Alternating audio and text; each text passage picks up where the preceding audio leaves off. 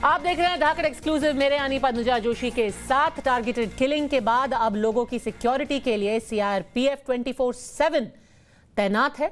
आपको बता दें कि अभी जो पुंछ मेंढर में के जंगलों में ऑपरेशन चल रहा था, अब उसके 9 दिन बीत चुके हैं और लगातार दबिश डाल रही है जो सेना और एसओजी के जवान हैं। इस बीच लोकल लोग जो है उनको एक तरीके से आगाह भी किया गया है। उनको ये जानकारी दी गई है कि वो अपने घरों के अंदर ही रहें, क्योंकि अब आखिरी असॉल्ट कभी भी शुरू हो सकता है।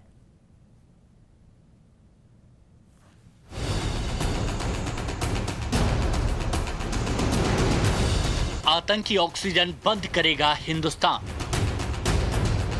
भारत के दुश्मनों का घाटी से सफाया करेगा हिंदुस्तान। सेना के जवानों की शहादत नहीं भूलेगा हिंदुस्तान।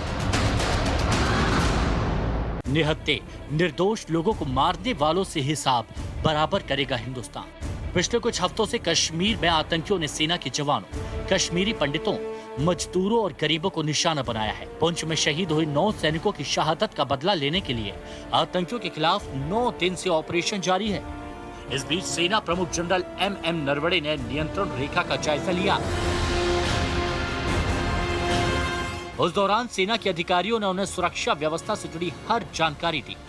अपने 2 दिन के दौरे के दौरान एम नरवणे फॉरवर्ड पोस्ट पर भी पहुंचे, जहां उन्होंने सुरक्षा की स्थितियों का पूरा जायजा लिया। Chief of army staff general Manoj Naravane ने आज अग्रिम चौक दौरे के दौरान उन्होंने अफसरों से बातचीत की और उसके साथ साथ उन्होंने जवानों से भी बातचीत की। एक टाइम जब आपके यहाँ ऑपरेशन चल रहा हो बिम्बर गली के जंगलों में, जहाँ 5 से 6 के करीब आतंकवादी हो और 9 दिन से ऑपरेशन चल रहा हो और चीफ ऑफ आर्मी स्टाफ जवानों के बीच में आ जाएं तो मनोबल अपने आप बढ़ जाता है। आज कुछ ऐसा ही यहाँ आई है कि यहाँ पे एक ऑपरेशन की, बड़े ऑपरेशन की तैयारी हो रही है। मस्जिदों से ऐलान करवाया जा रहा है कि आप अपने दुकानें और मकानों के अंदर रहिए, दुकानें बंद रखिए, ताकि एक ऑपरेशन लॉन्च करके जल्दी से जल्दी इन आतंकवादी जो यहाँ पे पिछले कई महीनों से छुपे हैं उनको मार गिराया जाए। जम्मू कश्मीर में टारगेट किलिंग और सुरक्षा व्यवस्था को लेकर दिल्ली में गृह मंत्री अमित शाह ने एक हाई लेवल मीटिंग की। ये बैठक कल शाम शुरू हुई, जो रात करीब 10 बजे तक चली। खबर है कि बैठक में कश्मीर के मौजूदा हालात पर काफी मंथन किया गया। वहां पिछले कुछ दिनों में जारी आतंकियों की कायराना हरकत पर भी चर्चा हुई। कश्मीर के हालात को देखते हुए कई इलाकों में इंटरनेट पर भी रोक लगा दी गई, जिससे आतंकी और उनके मददगार किसी भी तरह से अपना संदेश बाहर न भेज सकें। जम्मू कश्मीर के पुंछ में जारी एनकाउंटर के बीच सुरक्षा बलों ने आतंकियों की मदद करने के आरोप में 8 लोगों को हिरासत में लिया है। इन सभी लोगों पर आतंकवादियों को खाना समेत दूसरी जरूरी चीजें मुहैया कराने का आरोप है। जहां एक और वादी कश्मीर के 11 इलाकों में इंटरनेट सुविधा बंद कर दी गई है, वहीं दूसरी ओर पुंछ में ओवरग्राउंड वर्कर्स पर शिकंजा कसा जा रहा है। मैं इस समय बिम्बर गली के इलाके में हूँ।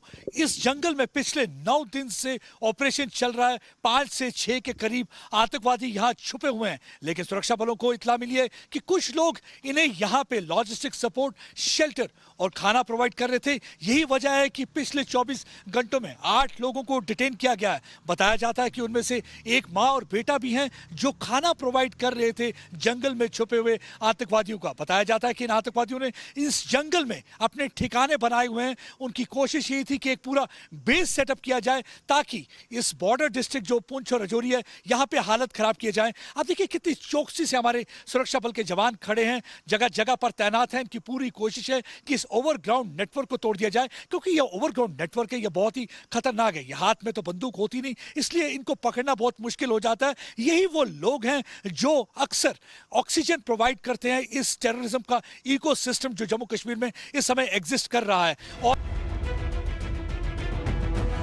पुंछ के सुपरन कोच में आतंकियों के खिलाफ सेना का ऑल आउट ऑपरेशन जारी है, लेकिन घना जंगल और मुश्किल हालात होने की वजह से सेना को अब तक ज्यादा कामयाबी नहीं मिली। इस बीच सेना को यह जानकारी भी मिली कि कुछ लोकल लोग इन आतंकियों की लगातार मदद कर रहे हैं, जिसके बाद सेना ने 8 लोगों को हिरासत में लिया।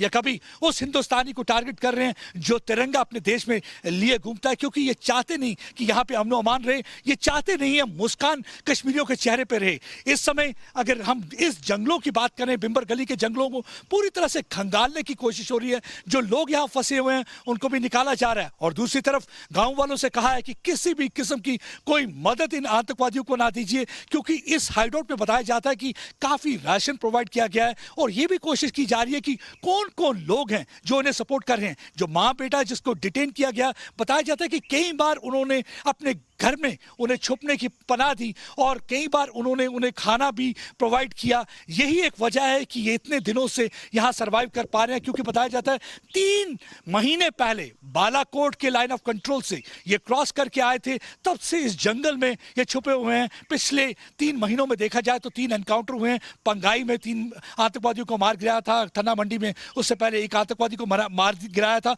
ये उसी ग्रुप का हिस्सा बताए जाते हैं और यहाँ पे छुपे हुए हैं। जब तक यहाँ इन्हें लोकल कोई सपोर्ट ना कर रहा हो तो रहना बहुत ही मुश्किल हो जाता है। यही एक वजह है कि शिकंजा कसा जा रहा है उन गांव वालों पे जो गांव वाले इन्हें मदद कर रहे थे। आतंक को मिटाना है, कश्मीर का अमन और चैन लौटाना है। हर मोर्चे पर तैयार है हिंदुस्तान की सेना। अब की बार आतंकियों पर होगा बड़ा और सबसे घातक प्रहार।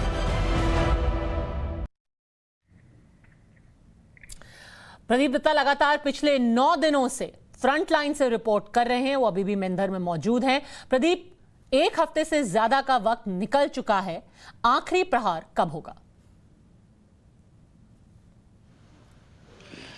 देखिए, लग रहा है कि आखिरी प्रहार की तैयारियां हो रही है। इसी वजह से आपने देखा होगा कि मस्जिदों से ऐलान करवाया जा रहा है, लोगों से कहा जा रहा है कि आप बिल्कुल भी जंगल की तरफ ना जाएं, और लोगों को से कहा है कि आप अपने घरों में बैठे रहें, और दुकानों को भी कहा है कि बंद कर दें, क्योंकि उन्हें लग रहा है कि आखिरी प्रहार होने के वक्त शायद हो सकता है कि आतंकवादी वहाँ से भागने की कोशिश करें, और ये भी हो सकता है कि वो किसी को होस्टेज बना लें या किसी को ह्यूमन शील्ड की तरह इस्तेमाल करें, क्योंकि उन्हें लोगों से प्यार तो है नहीं, वो किसी ना किसी तरीके से वहाँ से बच के निकलना चाहते हैं। और आर्मी की पूरी कोशिश है कि जल्दी से जल्दी उस जंगल में उनका सफाया किया जाए, और यही वजह है कि वो कोई कोलैटरल डैमेज नहीं चाहते, किसी किस्म की कोई सिविलियन कैजुअल्टी नहीं चाहते, और लगातार अनाउंसमेंट इस मामले में की जा रही है, मस्जिदों से अनाउंसमेंट करवाई जा रही है।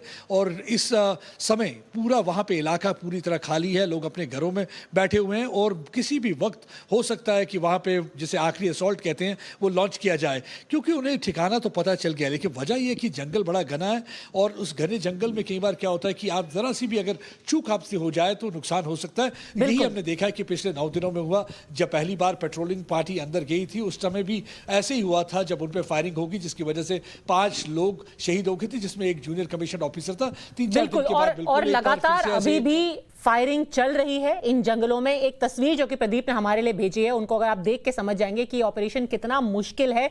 जिस तरीके के घने जंगल और पेड़ वहां पर हैं, कुछ भी आगे या पीछे दिखना नामुमकिन सा हो जाता है। यहां पर जो वहां पर कंट्रोल्ड एक्सप्लोजन्स किए जा रहे हैं, उनकी एक तस्वीर आपके सामने है। लगातार मेंधर से अपडेट सबसे पहले आपको मिलेगी यहां टाइम्स नाउ नवभारत पर। सारी जानकारी के साथ जुड़ने के लिए प्रदीप आपका बहुत बहुत धन्यवाद। अब बात करते